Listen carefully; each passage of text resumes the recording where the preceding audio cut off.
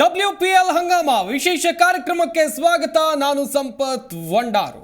Cricket ಪ್ರೇಮಿಗಳಿಗೆ ಹಬ್ಬವೋ ಹಬ್ಬ. ಒಂದು ಕಡೆಯಲ್ಲಿ ವುಮೆನ್ಸ್ ಪ್ರೀಮಿಯರ್ ಲೀಗ್ ನಡೀತಾ ಇದ್ರೆ, ಇನ್ನೊಂದು ಕಡೆಯಲ್ಲಿ ಭಾರತ ತಂಡ ಟೆಸ್ಟ್ನಲ್ಲಿ, ಅದು ಕೂಡ 4ನೇ ಟೆಸ್ಟ್ನಲ್ಲಿ ತವರು ನೆಲದಲ್ಲಿ ಇಂಗ್ಲೆಂಡ್ ವಿರುದ್ಧ ಜಯವನ್ನ ಗಳಿಸಿದೆ. ಗಮನಿಸ್ತಾ ಹೋಗೋದಾದ್ರೆ ಕ್ರಿಕೆಟ್ ಪ್ರೇಮಿಗಳಿಗಂತೂ ಈ ಸೀಸನ್ ಹಬ್ಬವೇ ಹಬ್ಬ. ನಾನು ಆಗ್ಲಿಂದ ಅದನ್ನೇ ಹೇಳ್ತಾ ಇದ್ದೆ, ಹಬ್ಬ ಅಂತೇಳಿ. ಈ ಬಗ್ಗೆ ಸಾಕಷ್ಟು ಮಾಹಿತಿಯನ್ನು ಕೊಡ್ತೀವಿ. ವುಮೆನ್ಸ್ ಪ್ರೀಮಿಯರ್ ಲೀಗ್ನ ಬಗ್ಗೆ ಮಾಹಿತಿಯನ್ನು ಕೊಡೋದಕ್ಕಿಂತ ಮುಂಚಿತವಾಗಿ ನಮ್ಮ ಭಾರತ ತಂಡ ಆಂಗ್ಲರ ಎದುರು ಪರಾಕ್ರಮವನ್ನು ಮೆರೆದಿದೆ, ಅದ್ರ ಬಗ್ಗೆಯೂ ಕೂಡ ಮಾತಾಡ್ತಾ ಹೋಗೋಣ. ನಮ್ಮ ಈ ವಿಶೇಷ ಕಾರ್ಯಕ್ರಮದಲ್ಲಿ ನನ್ನ ಕಲೀಗ್ ಮಲ್ಲಿಕಾರ್ಜುನ್ ಪಾಟೀಲ್ ಕೂಡ ಭಾಗಿಯಾಗಿದ್ದಾರೆ. ಹಾಯ್ ಮಲ್ಲಿಕಾರ್ಜುನ್, ಕಾರ್ಯಕ್ರಮಕ್ಕೆ ಸ್ವಾಗತ. ವುಮೆನ್ಸ್ ಪ್ರೀಮಿಯರ್ ಲೀಗ್ ಬಗ್ಗೆ ಮಾತಾಡೋಣ. ಆದ್ರೆ ಅದಕ್ಕಿಂತ ಮುಂಚಿತವಾಗಿ ನಮ್ಮ ಭಾರತ ತಂಡ ಇವತ್ತು ಒಂದು ಭರ್ಜರಿಯಾದಂತಹ ಜಯ ಗಳಿಸಿದೆ, ಅದು ಕೂಡ ಟೆಸ್ಟ್ ಮ್ಯಾಚ್ ನಲ್ಲಿ ತವರು ನೆಲದಲ್ಲಿ. ಈ ಬಗ್ಗೆ ನೀವೇನ್ ಹೇಳ್ತೀರಾ? ಮೊದಲ ಮ್ಯಾಚ್ನೇ ನಾವು ಸೋತ್ ಬಿಟ್ಟಿದ್ವಿ. ಟೆಸ್ಟ್ ಖಂಡಿತ ಬಂದ ತಕ್ಷಣನೇ ಸೋತಾಗ ಎಲ್ಲರೂ ಕೂಡ ಟೀಕೆ, ಈ ಸೀರೀಸ್ ನ 5-0 ಇಂದನೇ ನಾವು ಗೆಲ್ತೀವಿ ಅಂತ ಹೇಳಿ ಇಂಗ್ಲೆಂಡ್ ಮಾಜಿ ಆಟಗಾರರೆಲ್ಲ ಭವಿಷ್ಯ ನುಡಿಯೋದಕ್ಕೆ ಸ್ಟಾರ್ಟ್ ಮಾಡಿದ್ರು. ಬಟ್ ವಾಪಸ್ ಇಂಡಿಯಾ ಹೇಗೆ ಕೊಡಬೇಕು, ಹುಲಿ ಗರ್ಜನೆ ಹೇಗಿರುತ್ತೆ ಅನ್ನೋದನ್ನ ಆಂಗ್ಲರ್ಗೆ ತೋರಿಸಿದ್ದಾರೆ. ಈಗ ನೋಡಿ, ಕಂಟಿನ್ಯೂ 3 ಮ್ಯಾಚಲ್ಲಿ ಆಂಗ್ಲರೀಗ ಸೋಲ್ತರು. ನಾನು ಅನ್ಕೊಂಡಿದ್ದೆ ಈ ಒಂದು ಟೆಸ್ಟ್ ಒಂದು ಸ್ವಲ್ಪ ಮಳೆಯಿಂದ ರದ್ದಾಗ್ಬೋದೇನೋ, ಏನೋ ಟೆಸ್ಟ್ ಡ್ರಾ ಆಗ್ಬೋದೇನೋ ಅಂತ ಹೀಗೆ ಅನ್ಕೊಂಡಿದ್ದೆ. ಬಟ್ ಆಗ್ಲಿಲ್ಲ, ಪುಣ್ಯಕ್ಕೆ ಮಳೆ ಬರಲಿಲ್ಲ. 4ನೇ ದಿನದ ಆಟದಲ್ಲಿ ನಾವು ಗೆದ್ವಿ. ಒಂದು ಲೆಕ್ಕಾಚಾರದಲ್ಲಿ ಈ ಒಂದು ಸರಣಿಯಲ್ಲಿ ನೋಡಿ, ಕೊಹ್ಲಿ ಇಲ್ಲ, KL ರಾಹುಲ್ ಇಲ್ಲ, ಬೂಮ್ರಾ 4ನೇ ಟೆಸ್ಟ್ ಇರಲಿಲ್ಲ. ಇಂಥ ಪರಿಸ್ಥಿತಿಯಲ್ಲೂ ಕೂಡ ಇಂಡಿಯಾ ಗೆದ್ದಿದೆ ಅಂದ್ರೆ ಇಂಡಿಯಾದಲ್ಲಿ ಯಂಗ್ ಟ್ಯಾಲೆಂಟ್ಸ್ ಗಳು ಹೇಗೆ ಬೆಳೀತಾ ಇದ್ದಾರೆ ಅನ್ನೋದಕ್ಕೆ ಈ ಒಂದು ಸರಣಿ ಸಾಕ್ಷಿ ಅಂತ ಅನ್ಸುತ್ತೆ. ಅದರಲ್ಲೂ ತುಂಬಾ ಇಂಪಾರ್ಟೆಂಟ್ ಆಗಿ ಹೇಳ್ಬೇಕು ಅಂತಂದ್ರೆ, ಈ 4ನೇ ಮ್ಯಾಚ್ ಗೆಲ್ಲೋದಕ್ಕೆ ಪ್ರಮುಖ ಕಾರಣ ಅಂದ್ರೆ ಧ್ರುವ ಜುರೇಲ್. ಖಂಡಿತ ಮೊದಲ ಟೆಸ್ಟ್ ಅಲ್ಲಿ ನಾವು ಹಿನ್ನಡೆ ಅನುಭವಿಸಿದ್ವಿ. ಅವಾಗ ಅನ್ಕೊಂಡಿದ್ವಿ, ಅಯ್ಯೋ 2-3ನೇ ಟೆಸ್ಟ್, 3ನೇ 2ನೇ 4ನೇ ದಿನದಲ್ಲಿ ಆಡೋದು ತುಂಬಾ ಕಷ್ಟಪ್ಪ, ಯಾಕಂದ್ರೆ ತುಂಬಾ ಸ್ವಿಂಗ್ ಆಗ್ತಾ ಇತ್ತು, ಸ್ಪಿನ್ನರ್ಗಂತೂ ಹೇಳಿ ಮಾಡಿಸಿದ ಪಿಚ್ಚು ಅನ್ನೋ ತರ ಇತ್ತು. ಬಟ್ ಧ್ರುವ ಜುರೇಲ್ 90 ರನ್, ಅದ್ಭುತವಾದಂತ ಇನ್ನಿಂಗ್ಸ್. ಆ ಇನ್ನಿಂಗ್ಸೇ ನಮ್ಮ ಭಾರತಕ್ಕೆ ಗೆಲುವಿಗೆ ಕಾರಣ ಆಯ್ತು, ಕೈ ಹಿಡಿತು. ಅದೇ ಈಸಿ. ಮತ್ತೆ 2ನೇ ಇದರಲ್ಲಿ 192 ಟಾರ್ಗೆಟ್ ತಗೊಂಡಿದ್ವಿ. ನಾವು ಅನ್ಕೊಂಡಿದ್ವಿ ನಿನ್ನೆ ನೋಡ್ಕೊಂಡಿದ್ರೆ ಬರೀ ಇನ್ನೊಂದು 150 ಈಸಿಯಾಗಿ ಹೊಡೆದಾಕ್ತಾರೆ, 1 ವಿಕೆಟ್ ಹೋಗುದಿಲ್ಲ ಅಂತ. ಬಟ್ ಬೆಳಗ್ಗೆ ನೋಡ್ತೀವಿ ಬೇಗನೆ 1 ವಿಕೆಟ್ ಹೋಗಿಬಿಡ್ತು. ಅಲ್ಲಿಯೂ ಕೂಡ ಧ್ರುವ ಜುರೇಲ್ ಕೈ ಹಿಡಿದ್ರು. ಅದರ ಜೊತೆಗೆ ಶುಭ್ಮನ್ ಗಿಲ್ ಅದ್ಭುತವಾದಂತ ಇನ್ನಿಂಗ್ಸ್. ನೋಡಿ, ಶುಭ್ಮನ್ ಗಿಲ್ ಬಗ್ಗೆ ನಾವು ಎಷ್ಟೆಲ್ಲ ಕೆಟ್ಟದಾಗಿ ಸಾಮಾಜಿಕ ಜಾಲತಾಣದಲ್ಲಿ ಕಮೆಂಟ್ ನಡೀತಾ ಇದೆ. ಬಟ್ ಈ ಒಂದು ಟೆಸ್ಟ್ ಸರಣಿಯ ಗೆಲುವು ಖಂಡಿತವಾಗ್ಲೂ ಭಾರತಕ್ಕೆ ಬೇಕಾಗಿತ್ತು. ನಮಗೆ ವರ್ಲ್ಡ್ ಚಾಂಪಿಯನ್ಶಿಪ್ ಬೇರೆ ಹತ್ರ ಇದೆ. ನನಗಂತೂ ತುಂಬಾ ಖುಷಿ ಆಯ್ತು ಈ ಒಂದು ಮ್ಯಾಚ್. ಪಾಟೀಲ್, ಎಲ್ಲರೂ ಕೂಡ ಹೇಳ್ತಾ ಇದ್ರು, ರೋಹಿತ್ ಇಲ್ಲ ಅಂದ್ರೆ ಟೀಮ್ ಅಲ್ಲಿ ನಡೆಯಲ್ಲ, ವಿರಾಟ್ ಕೊಹ್ಲಿ ಇರ್ಲೇಬೇಕು, ರಾಹುಲ್ ಅಂತೂ ಇರ್ಲೇಬೇಕು, ಬೂಮ್ರಾನು ಬೇಕೇ ಬೇಕು, ಸೀನಿಯರ್ಸ್ ಪ್ಲೇಯರ್ಸ್ ಬೇಕಿತ್ತು ಅಂತ ಸಾಕಷ್ಟು ಟೀಕೆಗಳನ್ನ ನಾವು ಕೂಡ ಕೇಳಿದ್ವಿ. ಆದ್ರೆ ಈ ಯಂಗ್ ಪ್ಲೇಯರ್ಸ್ ಬಗ್ಗೆ, ಟೀಮ್ ಇಂಡಿಯಾದ ಯಂಗ್ ಪ್ಲೇಯರ್ಸ್ ಈ ಪಂದ್ಯಗಳಲ್ಲಿ ಆಡ್ಕೊಂಡು ಬಂದಂತ ರೀತಿಯನ್ನ ನೋಡಿದ್ರೆ ನೀವೇನ್ ಹೇಳ್ತೀರಾ? ನಿಜ, ನೀವು ಹೇಳ್ದಂಗೆನೆ ಸೀನಿಯರ್ ಪ್ಲೇಯರ್ ಗಳನ್ನ ನಾವು ನೋಡೋದಕ್ಕೆ ನಮ್ಗೆ ಇಷ್ಟನೇ ಇಲ್ಲ ಅಂತ. ಬಟ್ ಅವ್ರು ಇಲ್ಲ ಅಂದ್ರೂ ಕೂಡ ಇನ್ನೂ 3 ತಂಡಗಳನ್ನ ನಾವು ರಚಿಸಬಹುದು. ಅಷ್ಟೊಂದು ಯಂಗ್ ಟ್ಯಾಲೆಂಟ್ಸ್ ನಮ್ಮ ಹತ್ರ ಇದ್ದಾರೆ. ಕೆಲವೊಬ್ರು ಎಷ್ಟರ ಮಟ್ಟಿಗೆ ಟ್ಯಾಲೆಂಟ್ ಇಟ್ಕೊಂಡು ಬೆಂಚಲ್ಲಿ ಕುತ್ಕೊಂಡಿದ್ದಾರೆ ಅಂದ್ರೆ ಬೇಜಾರಾಗತ್ತೆ. ಅವರು ರಣಜಿಯಲ್ಲಿ ತುಂಬಾ ಚೆನ್ನಾಗಿ ಆಡ್ತಾ ಇದ್ದಾರೆ, IPL ಅಲ್ಲಿ ತುಂಬಾ ಚೆನ್ನಾಗಿ ಆಡ್ತಾ ಇದ್ದಾರೆ, ಆಮೇಲೆ ಉಳಿದ ಏನು ಅವರ ದೇಶೀಯ ಆಟದಲ್ಲಿ ತುಂಬಾ ಚೆನ್ನಾಗಿ ಆಡ್ತಾ ಇದ್ದಾರೆ. ಅಂತಹ ಟ್ಯಾಲೆಂಟ್ಗಳು ಏನು ನಮ್ಗೇನು ಕಡಿಮೆ ಇಲ್ಲ. ಇಲ್ಲಿ ನಾವು ಅನ್ಕೊಂಡಿದ್ವಿ, ಎಲ್ಲರೂ ಕೂಡ ಅನ್ಕೊಂಡಿದ್ರು, ಕೊಹ್ಲಿ ಇಲ್ಲ, ಬೂಮ್ರಾ ಕೂಡ ರೆಸ್ಟ್ ಅಲ್ಲಿ ಇದ್ದಾರೆ, ಜಡೇಜಾ ಕೂಡ 3 ಪಂದ್ಯಗಳಿಗೆ ಇರಲಿಲ್ಲ, ಹೆಂಗಪ್ಪ ಗೆಲ್ತಾರೆ ಅಂತ. ಬಟ್ ಯಂಗ್ ಟ್ಯಾಲೆಂಟ್ ಅಷ್ಟರ ಮಟ್ಟಿಗೆ ಬಿಟ್ಟು ಕೊಡೋ ಮಾತೇ ಇಲ್ಲ. ನೋಡಿ, ಜೈಸ್ವಾಲ್ ಈ ಒಂದು ಸರಣಿಯಲ್ಲಿ 2 ದ್ವಿಶತಕ ಅವರು. ಆಮೇಲೆ ಧ್ರುವ ಜುರೇಲ್ ಬಗ್ಗೆ ನೋಡಿ, ನಾವು ಎಲ್ಲರೂ ಕೂಡ 3ನೇ ಟೆಸ್ಟ್ ಅಲ್ಲಿ ಸರ್ಫರಾಜ್ ಖಾನ್ ಬಗ್ಗೆ ಮಾತನಾಡಿದ್ವಿ, 2 ಪಂದ್ಯಗಳಲ್ಲಿ half century. But Dhruv Jurel ಅಲ್ಲಿಯೂ ಕೊಡುಗೆ ಕೊಟ್ಟಿದ್ರು. ಈ ಒಂದು ಪಂದ್ಯದಲ್ಲಿ ಅವ್ರ ಕೊಡುಗೆ ಎಷ್ಟರ ಮಟ್ಟಿಗೆ ಇಂಪಾರ್ಟೆಂಟ್ ಇತ್ತು ಅನ್ನೋದು ಈಗ ಎಲ್ಲರಿಗೂ ಕೂಡ ಗೊತ್ತಾಯ್ತು. ಮ್ಯಾನ್ ಆಫ್ ದ ಮ್ಯಾಚ್ ಕೂಡ ತೆಗೆದುಕೊಂಡಿದ್ದಾರೆ ಈಗಾಗಲೇ. ನನಗನ್ಸಿದ ಮಟ್ಟಿಗೆ ಯಂಗ್ ಟ್ಯಾಲೆಂಟ್ಗಳಿಗೆ ನಮ್ಮಲ್ಲಿ ಕೊರತೆನೇ ಇಲ್ಲ. ಈ ಮೇನ್ ಒಂದು ತಂಡವನ್ನ ಬಿಟ್ಟು A ಟೀಮ್ ಅಂತ ತಗೊಳ್ಳೋಣ, A ಟೀಮ್ ಬಿಟ್ಟು B-C-D ಕೂಡ ಇಂಗ್ಲೆಂಡ್ ನ ಸೋಲಿಸುವಂತ ತಾಕತ್ ನಮಗಿದೆ. ಎಸ್ ಪಾಟೀಲ್, ಇನ್ನೊಂದು ಕಡೆಯಲ್ಲಿ ಬಲಿಷ್ಠವಾಗಿದ್ದಂಥ ಇಂಗ್ಲೆಂಡ್ ನಮ್ಮ ಭಾರತದಲ್ಲಿ ಸೋಲೋಕೆ ಕಾರಣ ಏನಾಗಿರಬಹುದು? ಈ ನಮ್ಮ ಟೀಮ್ ಇಂಡಿಯಾದ ಯಂಗ್ ಪ್ಲೇಯರ್ಸ್ ಗಳಿಂದಲೇ ಸೋತ್ರ ಹೇಗೆ?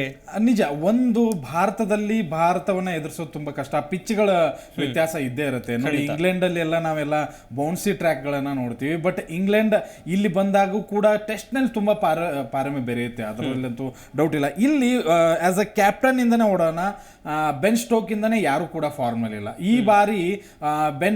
ರೂಟ್ ಕಳೆದ ಪಂದ್ಯದಲ್ಲಿ ಒಂದು ಶತಕ, ಅಂದ್ರೆ ಮೊದಲ ಇನ್ನಿಂಗ್ಸ್ ನಲ್ಲಿ ಒಂದು ಶತಕ ಹೊಡೆದಿದ್ದು ಬಿಟ್ರೆ ಈ ಒಂದು ಸರಣಿಯಲ್ಲಿ ಅವರು ಕೂಡ ಫಾರ್ಮ್ನಲ್ಲಿ ಇಲ್ವೇ ಇಲ್ಲ. ಕಾನ್ವೆ ಕೂಡ ಒಂದು ಒಳ್ಳೆ ಫಾರ್ಮ್ನಲ್ಲಿ ಇಲ್ಲ ಈ ಒಂದು ಇದರಲ್ಲೇ. ಸೆಕೆಂಡ್ ಇನ್ನಿಂಗ್ಸ್ ನಲ್ಲೇ 41 ಬಿಟ್ರೆ. ಪೋಪ್ ಚೆನ್ನಾಗಿ ಆಡಿದ್ದಾರೆ, ಇಲ್ಲ ಅಂತಲ್ಲ. ಬೆಸ್ಟ್ರೋ ನೋಡಿ ತುಂಬಾ ಕಳಪೆ ಪ್ರದರ್ಶನವನ್ನು ಮಾಡ್ತಾ ಇದ್ದಾರೆ. ಬಾಲಿಂಗ್ ಮತ್ತೆ ಬ್ಯಾಟಿಂಗ್ ಎರಡರಲ್ಲೂ ಕೂಡ ವೈಫಲ್ಯ ಹೊಂದಿದ್ರು. ಮತ್ತು ಅದರ ಜೊತೆಗೆ ಫೀಲ್ಡಿಂಗ್ ಅಂತೂ ತುಂಬಾ ಕ್ಯಾಚ್ ಕೈ ಚೆಲ್ಲೋದು, ಅನಗತ್ಯ ರನ್ ಕೊಡೋದು, ಇಂಥದ್ದನ್ನು ಮಾಡಿ ಇಂಗ್ಲೆಂಡ್ ಒಂದು ಸ್ವಲ್ಪ ಇದಾಯಿತು. ಇದೆಲ್ಲದರ ಜೊತೆಗೆ ಅತಿಯಾದ ಆತ್ಮವಿಶ್ವಾಸ ಈ ಕಂಟಿನ್ಯೂ ಸೋಲಿಗೆ ಕಾರಣ. ಮೊದಲ ಪಂದ್ಯದಲ್ಲಿ ಏನು ಗೆದ್ದುಬಿಟ್ರು, ನಾವೇನು ಇಂಡಿಯಾದವ್ರನ್ನ ಈಸಿಯಾಗಿ ಗೆಲ್ಲಿಸ್ಬಿಡ್ತೇವಪ್ಪ, ಈ ಸರಣಿನ ಕ್ಲೀನ್ ಸ್ವೀಪ್ ಮಾಡಿಬಿಡ್ತೀವಿ ಅನ್ನೋಂಥ ತಲೆಯಲ್ಲಿ ಬಂದ್ಬಿಡ್ತು. ಆ ಕಮೆಂಟ್ಸ್ಗಳು ಅದನ್ನೆಲ್ಲ ನೋಡಿಬಿಟ್ರೆ ಒಂಥರ ಆಶ್ಚರ್ಯ ಆಗುತ್ತೆ.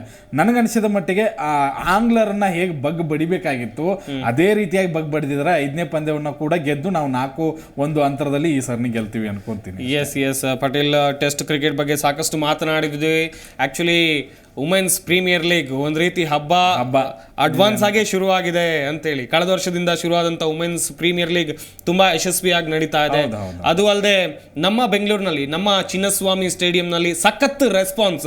ಯಾವುದೇ ಮ್ಯಾಚ್ ಇರಲಿ ಪಾಟೀಲ್, ಅಲ್ಲಿ ಜನ ಇರ್ತಾರೆ. ನಮ್ಮ ಬೆಂಗಳೂರು RCB ಮ್ಯಾಚ್ ಇದೆ ಅಂತ ಹೇಳಿದ್ರೆ ಮಾತ್ರ ಅಲ್ಲ, ಯಾವ ಮ್ಯಾಚ್ ಇದ್ರೂ ಕೂಡ ಜನ ಫುಲ್ ಇರ್ತಾರೆ. ಅಷ್ಟರ ಮಟ್ಟಿಗೆ ಬೆಂಗಳೂರಿನಲ್ಲಿ ಕ್ರಿಕೆಟ್ ಪ್ರೇಮಿಗಳು ಇದ್ದಾರೆ. ನಿನ್ನೆ ನಡೆದಂಥ ಪಂದ್ಯದ ಬಗ್ಗೆ ಪಾಟೀಲ್ ಮಾತಾಡ್ತಾ ಹೋಗೋದಾದ್ರೆ, ಮುಂಬೈ ಅಂಡ್ ಗುಜರಾತ್ ಈ ಪಂದ್ಯದ ಬಗ್ಗೆ ನೀವೇನ್ ಹೇಳ್ತಾ ಒಂದು ಒನ್ ಸೈಡ್ ಮ್ಯಾಚ್ ಖಂಡಿತ ಇಲ್ಲ. ಗುಜರಾತ್ ತನ್ನ ಸೋಲನ್ನ ಎಲ್ಲಿ ಬಿಟ್ಟು ಬಂದಿತ್ತು ಹೋದ್ ಸರಿ ನೋಡಿ, 8 ಪಂದ್ಯ ಆಡಿತ್ತು, ಬರೀ 2 ಗೆಲುವು. ನಾವು ಅನ್ಕೊಂಡಿದ್ವಿ ಈ ಸರಿ ಮೂನಿ ಅವರು ವಾಪಸ್ ಆಗಿದ್ದಾರೆ ಆಸ್ ಅ ಕ್ಯಾಪ್ಟನ್ ಆಗಿ, ಒಂದು ಒಳ್ಳೆ ರನ್ ಬರ್ಬೋದು ಅಂತ ನಾವು ಅನ್ಕೊಂಡಿದ್ವಿ. ಬಟ್ ನಿನ್ನೆ ಅದೇನು ಮ್ಯಾಜಿಕ್ ನಡೀಲಿಲ್ಲ. ತುಂಬಾ ಕಳಪೆ ಪ್ರದರ್ಶನ ಇವ್ರದ್ದು ಗುಜರಾತ್ದು. ಹಾಗಂತ ಹೇಳಿ ಮುಂಬೈದು ಕೂಡ ತುಂಬಾ ಒಳ್ಳೆ ಪ್ರದರ್ಶನ. ನಿನ್ನೆ ಅವರು ಕೂಡ ಒಂದ್ ಸ್ವಲ್ಪ ಡಲ್ ಆಗಿಬಿಟ್ರು ನೋಡಿ. 49ಕ್ಕೆ ಅವ್ರದ್ದು ಕೂಡ 3 ಬಿದ್ದಿತ್ತು. ಒಂದು ಲೆಕ್ಕಾಚಾರದಲ್ಲಿ ಎಲ್ಲಿ ಒಂದ್ ಸ್ವಲ್ಪ ಕಾಂಪಿಟೇಷನ್ ಆಗುತ್ತೆ ಅನ್ಕೊಂಡಿದ್ವಿ. ಬಟ್ ಮೊದಲ ಪಂದ್ಯದಲ್ಲಿ ಕೈ ಹಿಡಿದಂತಹ ಕ್ಯಾಪ್ಟನ್ ಹರ್ಮನ್ಪ್ರೀತ್ ಕೌರ್ ಅವರೇ ಮತ್ತೆ ತಂಡಕ್ಕೆ ಕೈ ಹಿಡಿದ್ರು. ಒಂದು ಲೆಕ್ಕಾಚಾರದಲ್ಲಿ ಒಂದ್ ಸೈಡ್ ಆಗೋ ಮ್ಯಾಚ್ ನ ಈಸಿಯಾಗಿ ಗೆಲುವಿನ ದಡಕ್ಕೆ ತೆಗೆದುಕೊಂಡು ಬಂದ್ರು. ಮುಂಬೈ ತನ್ನ ಅಭಿಯಾನವನ್ನ ಎಲ್ಲಿ ಬಿಟ್ಟಿತ್ತು, ಅವ್ರು ಆ ರೀತಿಯಾದಂತಹ ಆಟವನ್ನ ಪ್ರದರ್ಶನ ಮಾಡಿದ್ರೆ, ಗುಜರಾತ್ ತನ್ನ ಕಳಪೆ ಆಟವನ್ನ ಎಲ್ಲಿ ಬಿಟ್ಟಿತ್ತು ಅದೇ ರೀತಿಯಾಗಿ ಒಂದು ಆಟವನ್ನ ಶುರು ಮಾಡಿದ್ರು. ಇಲ್ಲಿ ನನಗನ್ಸಿದ ಮಟ್ಟಿಗೆ ಗುಜರಾತ್ ನಲ್ಲಿ ಒಂದ್ ಸ್ವಲ್ಪ ಮಧ್ಯಮ ಕ್ರಮಾಂಕ ತುಂಬಾ ಲೋ ಇದೆ. ನಾವು ಅನ್ಕೊಂಡಿದ್ವಿ ಆಲ್ರೌಂಡರ್ಗಳಾಗಿ ತುಂಬಾ ಚೆನ್ನಾಗಿ ಆಡ್ತಾರೆ ಅಂತ. ನಿನ್ನೆ ಗ್ರಾಡರ್ ಕೂಡ ಅಷ್ಟೇನು ಹೇಳಿಕೊಳ್ಳುವಂತ ಪ್ರದರ್ಶನ ಇಲ್ಲ. ಮೂನಿ ಒಂದ್ ಸ್ವಲ್ಪ ಸ್ಲೋ ಆಗಿ ಇನ್ನಿಂಗ್ಸ್ ಕಟ್ಟುವಂತ ಆ ಒಂದು ಕೆಲಸ ಮಾಡ್ತಾ ಇದ್ರು. ಬಟ್ ಆ ಒಂದು ಬಿಗ್ ಇನ್ನಿಂಗ್ಸ್ ಬರಲಿಲ್ಲ, ಅದು ಅವ್ರಿಗೆ ದೊಡ್ಡ ಮೈನಸ್ ಆಯ್ತು. ಕೊನೆಯಲ್ಲಿ ಅವರು ಇಬ್ರು ಏನಾದ್ರು ಬ್ರೇಸ್ ಆಗಿರ್ಬೋದು, ಆಮೇಲೆ ತನುಜ ಏನಾದ್ರು ಕೈ ಹಿಡಿದೇ ಇದ್ದಿದ್ರೆ ತಂಡ 100 ಒಳಗಡೆ 80 ಒಳಗಡೆ ಆಲ್ ಔಟ್ ಆಗುವಂತ ಪರಿಸ್ಥಿತಿ ಇತ್ತು. ಬಟ್ ಒನ್ ಸೈಡ್ ಮ್ಯಾಚ್ ಈ ಬಾರಿ ಕೂಡ ಈ ನಿನ್ನೆ ಒಂದು ಆಟವನ್ನ ನೋಡಿದ್ರೆ ಈ ಬಾರಿ ಕೂಡ ಯಾಕೋ ಗುಜರಾತ್ ಕೊನೆ ಸ್ಥಾನದಲ್ಲೇ ಉಳಿಯುತ್ತೇನೋ ಅಂತ ಅನ್ಸುತ್ತೆ. ಮತ್ತೆ ನಿನ್ನೆ ಇನ್ನೊಂದು ಹೇಳ್ತೀನಿ, ಪಿಚ್ ಕೂಡ ಹಾಗೆ ಇತ್ತು. ನಾವು 2 ದಿನಗಳ ಕಾಲ ನೋಡಿದಂತ ಪಿಚ್ಗೂ ಬದಲಾವಣೆ ಮಾಡಿದ್ರು. ಸ್ವಲ್ಪ ಕ್ರ್ಯಾಕ್ ಜಾಸ್ತಿ ಇತ್ತು. ಬಾಲ್ ಅಷ್ಟು ಈಸಿಯಾಗಿ ಬ್ಯಾಟಿಗೆ ಬರ್ತಾ ಇರಲಿಲ್ಲ. ಅದು ಕೂಡ ಗುಜರಾತ್ಗೆ ಮೈನಸ್ ಆಯ್ತು. ಮತ್ತೆ ಇನ್ನೊಂದು 2ನೇ ಇನ್ನಿಂಗ್ಸ್ ನಲ್ಲಿ ಒಂದ್ ಸ್ವಲ್ಪ ಡ್ಯೂ ಜಾಸ್ತಿ ಬಿದ್ದು ಬಿಡಿತು ಗುಜರಾತ್ಗೆ, ಅದು ಕೂಡ ಮೈನಸ್ ಆಗಿಬಿಡ್ತು. ನನ್ನ ಪ್ರಕಾರ ಮುಂಬೈಗೆ ಅರ್ಹ ಗೆಲುವು. ಗುಜರಾತ್ ಮುಂದೆ ಕಂಬ್ಯಾಕ್ ಆಗತ್ತಾ ಇಲ್ವೋ ನೋಡ್ಬೇಕು. ಎಸ್ ಪಾಟೀಲ್, ಮತ್ತೊಂದು ವಿಚಾರ ಅಂತ ಹೇಳಿದ್ರೆ, ಬೆಂಗಳೂರಿನ ಚಿನ್ನಸ್ವಾಮಿ ಸ್ಟೇಡಿಯಂ ಬಗ್ಗೆ ಮಾತಾಡ್ತಾ ಹೋಗೋದಾದ್ರೆ, ಚಿಕ್ಕ ಬೌಂಡ್ರಿ, ಅದು ಬ್ಯಾಟಿಗೆ ಟಚ್ ಆದ್ರೆ ಬೌಂಡ್ರಿ ಹೋಗುತ್ತೆ, ಸಿಕ್ಸರ್ ಅಂತೂ ಈಸಿಯಾಗಿ ಹೊಡಿಬಹುದು, ಈ ರೀತಿ ಎಲ್ಲ ಲೆಕ್ಕಾಚಾರ ಆಗತ್ತೆ ಅಂತ ಸ್ಕೋರ್ ಗಳನ್ನ ನಾವು ಚಿನ್ನಸ್ವಾಮಿಲಿ ನೋಡಿದೀವಿ. ಪ್ರತಿ IPL ಆದ್ರೆ 100-200 ಕ್ರಾಸ್ ಮಾಡೇ ಮಾಡ್ತಾರೆ. ಆದ್ರೆ ನಿನ್ನಿನ ಪಂದ್ಯದ ಮಟ್ಟಿಗೆ ನೋಡ್ತಾ ಹೋಗೋದಾದ್ರೆ ತುಂಬಾ ಸಣ್ಣ ಸ್ಕೋರ್ ಅನ್ಸ್ಲಿಲ್ವಾ ನಿಮ್ಗೆ? ಅದೇ ನಿನ್ನೆ ಅದೇನಾಗಿತ್ತು, ಪಿಚ್ ಒಂದೇ ಆಗಿದ್ರು ಕೂಡ ಟ್ರ್ಯಾಕ್ ಗಳ 5-6 ಇರುತ್ತೆ. ಮೊದಲು 2 ಪಂದ್ಯಗಳ ಆಡಿದ್ದ ಟ್ರ್ಯಾಕ್ ಒಂದ್ ಸ್ವಲ್ಪ ಫ್ಲಾಟ್ ಪಿಚ್ ಇತ್ತದು, ಈಸಿಯಾಗಿ ಬ್ಯಾಟಿಂಗ್ ಬರ್ತಾ ಇತ್ತು, ಕ್ರ್ಯಾಕ್ ಗಳು ಜಾಸ್ತಿ ಇರಲಿಲ್ಲ. ಬಟ್ ನಿನ್ನೆ ಒಂದ್ ಸ್ವಲ್ಪ ಗ್ರಾಸ್ ಕೂಡ ಜಾಸ್ತಿ ಇತ್ತು, ಪಿಚ್ ಕ್ರ್ಯಾಕ್ ಆಗಿತ್ತು, ಅಷ್ಟು ಈಸಿಯಾಗಿ ಬಾಲ್ ಬರ್ತಾ ಇರಲ್ಲ, ಬಾಲ್ ಮೂವ್ಮೆಂಟ್ ಜಾಸ್ತಿ ಆಗ್ತಾ ಇತ್ತು, ಇನ್ ಸ್ವಿಂಗ್ ಔಟ್ ಸ್ವಿಂಗ್ ಎರಡೂ ಕೂಡ ತುಂಬಾ ಚೆನ್ನಾಗಿ ಆಗ್ತಾ ಇತ್ತು. ಅದನ್ನ ಮುಂಬೈದವರು ತುಂಬಾ ಚೆನ್ನಾಗಿ ಕ್ಯಾಚ್ ಮಾಡಿಕೊಂಡ್ರು. ಗುಜರಾತ್ಗೂ ಕೂಡ ಆರಂಭದಲ್ಲಿ ಸಿಕ್ತು, ಒಂದ್ ಸ್ವಲ್ಪ ಬಾಲ್ ಮೂವ್ಮೆಂಟ್ ಆಗ್ತಾ ಇರಲಿಲ್ಲ ನೋಡಿ. ಆರಂಭದಲ್ಲೇ ಒಂದ್ ಸ್ವಲ್ಪ ಮುಂಬೈನ ನಡಗಿಸೇ ಬಿಟ್ರು. ನಾವು ಅನ್ಕೊಂಡಿದ್ವಿ ಕಡಿಮೆ ಸ್ಕೋರ್ ಇದೆ, ಈಸಿಯಾಗಿ ಗೆಲ್ಬಿಡ್ತಾರೆ. ಮ್ಯಾಥ್ಯೂಸ್ ನೋಡಿ ಎಂತ ಆಟಗಾರ್ತಿ, ಅವರು ಕೂಡ ವೈಫಲ್ಯವನ್ನ ಹೊಂದಿದ್ರು. ನನಗನ್ಸಿದ ಮಟ್ಟಿಗೆ ಪಿಚ್ ಒಂದ್ ಸ್ವಲ್ಪ ಕ್ರ್ಯಾಕ್ ಪಿಚ್ ಆಡ್ಸಿರೋದ್ರಿಂದ ಕಡಿಮೆ ಸ್ಕೋರ್ ಆಯ್ತು. ಬೆಂಗಳೂರು ಹೆಂಗಂತಂದ್ರೆ, ನೀವು ಆ ಫ್ಲಾಟ್ ಪಿಚ್ ಮೊನ್ನೆ ಪಿಚ್ ನೀವು ಕೊಟ್ಟಿದ್ರೆ ಅದು ಕೂಡ 160-170 ಹೋಗ್ತಿತ್ತು. ನೀವು ಹೇಳ್ದಂಗೆ ಚಿಕ್ಕ ಪಿಚ್ ನೋಡೋದಕ್ಕೂ ಮಜಾ ಇರತ್ತೆ. ಅದರಲ್ಲೂ ಕೂಡ RCB ಅಭಿಮಾನಿಗಳ ಬಗ್ಗೆ ಸಿಕ್ಕಾಬಟ್ಟಿ. ನಾನು ಅನ್ಕೊಂಡಿದ್ದೆ ಓಕೆ RCB ಬರ್ತಾರಪ್ಪ ಫುಲ್ ಆಗತ್ತೆ ಅಂತ ಅನ್ಕೊಂಡಿದ್ದೆ. ಅನ್ಕೊಂಡಿದ್ದೆ. ಬಟ್ ನಿನ್ನೆ ಮ್ಯಾಚ್ ಕೂಡ ವೀಕೆಂಡ್ ಬೇರೆ, ಎಲ್ಲ ಗ್ರೌಂಡ್ ಫುಲ್ ಇತ್ತು. ಒಂದು ಲೆಕ್ಕಾಚಾರದಲ್ಲಿ ವುಮೆನ್ಸ್ ಪ್ರೀಮಿಯರ್ ಲೀಗ್ಗೆ ಒಂದು ಒಳ್ಳೆ ಸಪೋರ್ಟ್ ಇದು. ನಾವು ಅನ್ಕೊಂಡಿದ್ವಿ ಮೆನ್ಸ್ಗೆ ಮಾತ್ರ ಹಿಂಗೆ ಗ್ರೌಂಡ್ ಫುಲ್ ಆಗುತ್ತೆ, ಅವ್ರ ಆಟ ನೋಡೋದಕ್ಕೆ ಜನ ಇಷ್ಟಪಡ್ತಾರೆ, ವುಮೆನ್ಸ್ಗೆ ಯಾರು ಜಾಸ್ತಿ ಬರಲ್ಲ, ಹೆಂಗಪ್ಪ ಸ್ಟಾರ್ಟ್ ಮಾಡ್ತಾರೆ WPL ಅಂತ ನಾವು ಅನ್ಕೊಂಡಿದ್ವಿ. ಬಟ್ ಈಗಿನ ಈ ಪರಿಸ್ಥಿತಿ ನೋಡಿದ್ರೆ WPL ಮೊದಲ ಆವೃತ್ತಿ ಹೋಲಿಸ್ಕೊಂಡ್ರೆ ಎರಡನೇ ಆವೃತ್ತಿಯಲ್ಲಿ ಅಭಿಮಾನಿಗಳ ಸಂಖ್ಯೆನೂ ಹೆಚ್ಚಿಗೆ ಇದೆ. ಆಮೇಲೆ ಮೊದಲೆಲ್ಲ ಪೂಜಿಸ್ತಿದ್ರು ನಮ್ಮ ಕೊಹ್ಲಿನ, ರೋಹಿತ್ ಶರ್ಮಾನ, ಸಚಿನ್ ಅವ್ರನ್ನ ದೇವರು ಅಂತಾನೆ ಪೂಜಿಸ್ತೀವಿ. ಇನ್ಮೇಲೆ ಹೆಣ್ಮಕ್ಳ ಹೆಸರು ನೋಡಿ, ವುಮೆನ್ಸ್ ಕ್ರಿಕೆಟ್ ಹೆಣ್ಮಕ್ಳ ಹೆಸರು ತುಂಬಾ ಕಡಿಮೆ ಜನರಿಗೆ ಗೊತ್ತಿದೆ ಈಗ. ಬಟ್ ಮೊದಲು ಒಂದು 2-3 ವರ್ಷದ ಹಿಂದೆ ಹೋಲಿಸ್ಕೊಂಡ್ರೆ ಈಗ ತುಂಬಾ ಡೆವಲಪ್ಮೆಂಟ್ ಆಗಿದೆ. ಈ ಸ್ಮೃತಿ ಮಂದನ ಬಂದ್ಮೇಲೆ ನೋಡಿ, ಕ್ರೌಡ್ ಬಂದ ತಕ್ಷಣನೇ ಕೊಹ್ಲಿ ಹೇಗ್ ಚೇರಪ್ ಮಾಡಿದ್ರ ಅಷ್ಟೇ ಚೇರಪ್ ಅವ್ರಿಗೂ ಮಾಡಿದ್ರು. ಆ ಒಂದು ಖುಷಿ ಇರದೆ. ಆಮೇಲೆ ಮಹಿಳಾ ಒಂದು ಕ್ರಿಕೆಟ್ಗೂ ಕೂಡ ಒಂದು ಹೆಚ್ಚಿನ ಆದ್ಯತೆ ಸಿಗ್ತಾ ಇರೋದು ಖಂಡಿತ. ಪಾಟೀಲ್, ಇನ್ನೊಂದು ವಿಚಾರ ಅಂತ ಹೇಳಿದ್ರೆ, ಬೆಂಗಳೂರಿನಲ್ಲಿ ಓವರ್ ಆಲ್ ತುಂಬಾ ಒಳ್ಳೆ ಸಪೋರ್ಟ್ ಸಿಕ್ತು ವುಮೆನ್ಸ್ ಪ್ರೀಮಿಯರ್ ಲೀಗ್ಗೆ. ಈಗ ಬೆಂಗಳೂರಿನ ಬಿಟ್ಟು ಹೊರಗಡೆ ಆಡ್ತಾರೆ ಬೇರೆ ಗ್ರೌಂಡ್ ನಲ್ಲಿ ಅಂತ ಹೇಳಿದ್ರೆ ಇದೇ ರೀತಿ ಸಿಗ್ಬೋದಾ ಸಪೋರ್ಟ್? ನೋಡಿ, ನಮ್ಮ RCB ಅಂತೂ ನಾವು 16 ವರ್ಷದಿಂದ ಕಪ್ ಗೆದ್ದಿಲ್ಲ. ನಾವು ಸಪೋರ್ಟ್ ಮಾಡ್ತೀವಿ, ಕ್ರಿಕೆಟ್ನ ಲವ್ ಮಾಡ್ತೀವಿ. ಕಳೆದ ಬಾರಿ ಮುಂಬೈಲೆಲ್ಲ ನಡೆದಿತ್ತು, ಓಕೆ, ಅಲ್ಲೂ ಕೂಡ ಮುಂಬೈನಲ್ಲೂ ಕೂಡ ಸಪೋರ್ಟು. ಬಟ್ ಡೆಲ್ಲಿಲಿ ಹೇಗೆ ಸಪೋರ್ಟ್ ಸಿಗುತ್ತೆ ಅನ್ನೋದು ನಾನು ಒಂದು ಸ್ವಲ್ಪ ಕುತೂಹಲ ಇದೆ.